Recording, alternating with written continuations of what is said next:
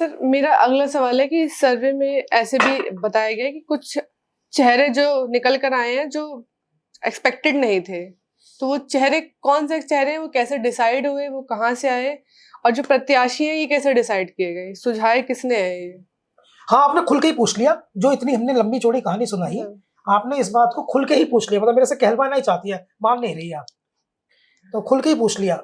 मैंने बताया कि एक बहुत गंभीर समस्या है, ये देश की सारी मीडिया को समझनी चाहिए। ये देश की सारी मीडिया को समझनी चाहिए, बहुत गंभीर समस्या है। ये जो लोकल संवाददाता हैं, जो क्षेत्रीय स्थलों पर काम कर रहे हैं, क्षेत्रीय संवाददाता, ग्रामीण अंचलों के संवाददाता, इन्हें मीडिया संस्थान पैसे नहीं देता, इनसे मुफ्तखोरी करा रहा है। इनको पूरे दिन इनका उत्पीड़न करता है, इन्हें हरेस करते हैं, और इन्हें जो लोग ग्रामीण संवाददाता होते हैं, इनसे बिना पैसे लिए काम कराते हैं, विज्ञापन में कमीशन पर। मैं बहुत एक गंभीर समस्या की तरफ आपका ध्यान आकृष्ट करा रहा हूँ।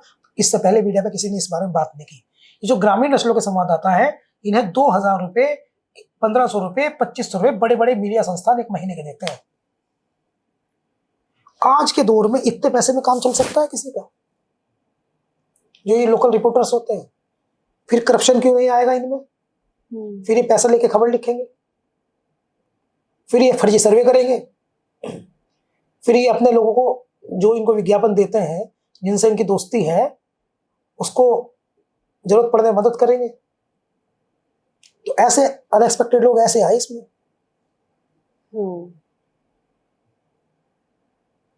अनएक्सपेक्टेड लोग ऐसे आए, जिसका दाना उसका गाना। ये समझने की बात है। जर्नलिज्म को अगर आप बिल्कुल साफ सुथरा चाहते हैं, तो आप अपने संवाददाताओं को इतना पैसा तो दें कि उसे किसी दूसरे पर आश्रित ना होना पड़े। बिल्कुल। ये समस्याएं हैं ग्रामीण नस्लों की।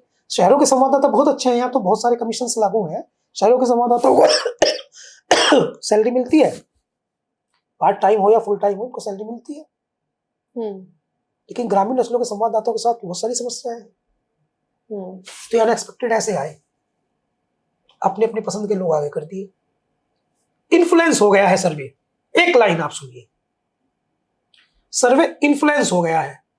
और किनके माध्यम से इन्फ्लुएंस हुआ है? उनके माध्यम से इन्फ्लुएंस हुआ है जो संस्थान के प्रतिनिधि थे। यह बात सही है कि उन्होंने सबको नहीं बताया, उन्होंने बस एक महत्वपूर्ण जगह लीक किया और उसके बाद वो कई जगह फैल गया। ये है सर। इसमें सर्वे के अकॉर्डिंग इसमें दिखाया गया कि यूपी के चर्चित चेहरों में से उनको नापसंद बताया गया, जो यूपी में ऑलरेडी चर्चित चेहरों में से है, पॉलिटिकल जाने माने चेहरे हैं, उन्हें नापसंद बताया गया। जैसे मेरे पास कुछ नाम भी हैं: सतीश महाना, सोमेंद्र तोमर, अतुल प्रधान, माता प्रसाद पांडे। इनकी जगह पे इनके विकल्प रखे गए। तो ये विकल्प कौन है और ये कैसे डिसाइड हुए हैं? मैंने विकल्प पढ़े हैं, सब लोगों के नाम पढ़े हैं। देखिए, मैं जहां तक सतीश महाना की बात करूं, भारतीय जनता पार्टी के विधायक है, 8 या 9 बार के विधायक है। इस समय उत्तर प्रदेश विधानसभा के अध्यक्ष हैं। भाजपा के ऐसे नेता जिनके बारे में बात करते हुए अच्छा लगता है, इज्जत देने का मन करता है, सतीश महाना उनमें से एक है। काफी रेस्पेक्टेबल पर्सनैलिटीज है। सदन में भी उनका व्यवहार बड़ा अच्छा होता है। लोकसभा अध्यक्ष ओम बिरला पर तो तमाम तरह के आरोप भी लगते हैं, सतीश महाना पर नहीं लगते। उनको पसंद करते हैं, पक्ष विपक्ष सब लोग पसंद करते हैं। लोकप्रियता भी उनकी कानपुर में है, तभी तो वो 8 से 9 बार विधायक बन गए। उनके एंटी इनकम्बेंसी की बात हमने तो पहले कभी सुनी नहीं। ये हो सकता है कि कुछ क्षेत्र में लोग ये चाहते हो कि इस बार वो चुनाव लड़ लें, तो वो उनके साफ सुथरे कपड़ों पर दाग लगाना चाहते हो। आजकल तो यही होता है। तो उनके लोकप्रियता की बात तो नहीं है, सामने नहीं आ रही कि वो जीतेंगे या उनकी पार्टी में उनको टिकट नहीं मिलेगा। इस तरह के सर्वे 4 लोग उनसे मजबूत नेता बता दिए।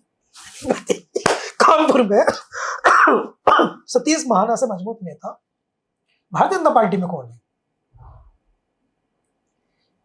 सांसद का टिकट किसको मिलना है वो सलाह देते हैं, इसको दे दीजिए। दूसरी विधानसभा का टिकट किसको मिलना है, सतीश महाना से सलाह करता है। नेतृत्व, विधानसभा के अध्यक्ष है, बेहतरीन नेता माना जाता है भारतीय जनता पार्टी का, सुपर टॉप क्लास नेता है भाजपा के। तो उनसे बड़ा नेता कोई भारतीय जनता पार्टी का, उनसे ज्यादा लोकप्रिय नेता उनकी विधानसभा में कोई भी नहीं है। लेकिन सर्वे कह रहा कि है ऐसा है, सर्वे कह रहा नहीं ऐसा है। गजब। माता प्रसाद पांडे, ये बात सही है कि माता प्रसाद पांडे जिस विधानसभा से चुनाव लड़ी वो मुस्लिम बाहुल विधानसभा है और मुसलमानों की संख्या बहुत ज्यादा है और इनकी विधानसभा बदली गई थी और बहुत सारे लोग ये नहीं चाहते कि अब वो वहां से चुनाव लड़े। लेकिन बहुत सारे नेता ऐसे भी हैं जो इनकी एज हो गई है, वो अपने बच्चों को लड़ाना चाहते हैं। सोमेंद्र तोमर की मैं आपको बता दूं, मेरठ दक्षिण से।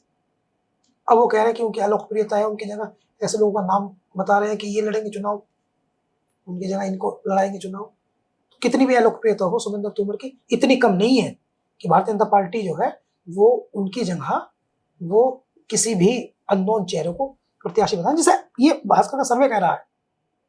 भास्कर का सर्वे किनको बता रहा है? सोमेंद्र तोमर वाले। ये देखिए भाजपा का सर्वे जो है सोमेंद्र तोमर वाला कहा था, ये कह रहे हैं कि परवीन भड़ाना, सोमेंद्र तोमर 26%, परवीन भड़ाना 62%, रविंद्र भड़ाना, बलराज डूंगर। बलराज डूंगर जो है तो इनका तो कोई मतलब ही नहीं है, ये तो हिंदुत्ववादी नेता टाइप है, ये करना वो करना। है तो बजरंग दल जैसे संगठनों से जुड़े हुए हैं भाजपा के, तो बहुत ज्यादा इनका एक्टिविटी भी नहीं है। रविंद्र भड़ाना, इनका कोई मतलब नहीं। परवीन भड़ाना सोमेंद्र तोमर से बड़े नेता है ही नहीं, यह थोड़ा गुजर बाहुल सीट मानी जाती है, इसलिए वो कह सकते हैं।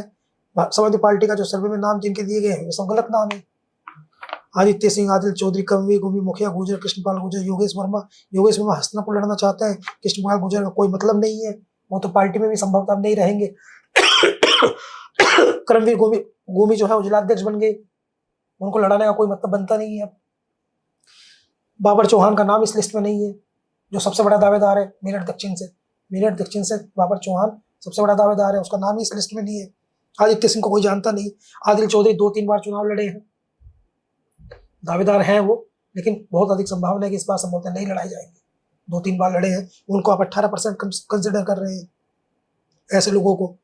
तो भाजपा के प्रत्याशी भी इन्होंने जो है पता नहीं कहां से चुन दिए, और सपा के प्रत्याशी भी इन्होंने पता नहीं कहां से चुन दिए, पता नहीं कहां से चुन दिए। मतलब वो ग्राउंड पे नहीं है लोग, लोकप्रिय भी नहीं है। नहीं, ग्राउंड पे नहीं है, मतलब वो सक्रिय तो है, वो ये नहीं हम उनको कह सकते कि वो लेकिन इतना बड़ा उनका ओरा नहीं है कि वो विधानसभा चुनाव लड़ सके।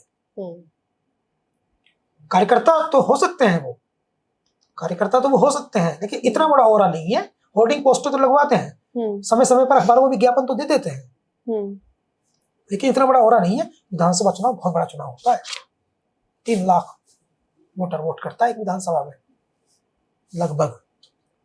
तो ऐसी विधानसभा कोई आएगा चुनाव लड़ लेगा, हलवा नहीं है विधानसभा चुनाव। तो पार्टी बहुत रिसर्च करके टिकट देती है। अभी तो ना भारतीय जनता पार्टी में तय है टिकट किसे देना, ना समाजवादी पार्टी में तय है टिकट किसे देना। तो ये क्या भास्कर के लोग समाजवादी पार्टी कार्यालय से ये नाम लेकर के आए थे? झूठ बोल रहे हैं। वहां ग्राउंड स्तर पर ये कन्विंस कर रहे हैं कि ये नाम तो हमें वही पार्टी कार्यालय ने दिए थे, किसी पार्टी कार्यालय ने दिए बिल्कुल नाम। बेसलेस जानकारी दे रहे हैं, भ्रमित कर रहे हैं, सर्वे भ्रमित कर रहा है। सरदना में आपको उदाहरण के तौर पे आपने पूछ लिया, मैं और बता देता हूं। कह रहे कि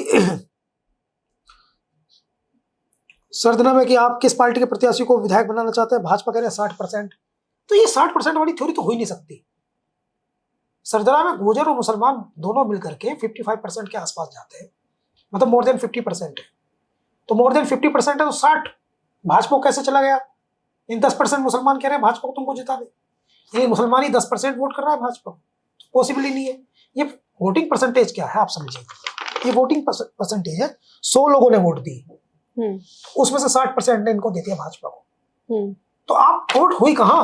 आप बताइए, जो आदमी खेत पे हल चला रहा है, जो आदमी खेत में जो है गन्ना बो रहा है, जो आदमी जिसके पास जो है वो फोन नहीं है उसने तो वोट ही नहीं दी। स्मार्टफोन नहीं है, उसने वोट नहीं दी। या जो भास्कर की ऐप नहीं चला रहा है, या भास्कर का ऐप नहीं देख रहा है, खबरें वहां नहीं दे रहा है, उसने वोट नहीं दी। तो कैसे ये जेन्युइन सर्वे हो गया? गरीब गुरबे कमजोर पिछड़े वंचित से पूछा ही नहीं आपने, उस बाप से तो पूछा ही नहीं आपने जिसके कपड़े 3 दिन से धुले नहीं। उस माँ से तो पूछा ही आपने जिसकी आंखें जो है काली हो गई है आंच में जलते जलते, तो आपने कैसे सर्वे कर दिया? तो प्रिविलेज्ड लोगों का सर्वे है ये प्रिविलेज्ड लोगों का सर्वे है और उनको भी आपने बता दिया। इसलिए बेसलेस सर्वे है। जो आपका प्रश्न है उसका उत्तर ये है।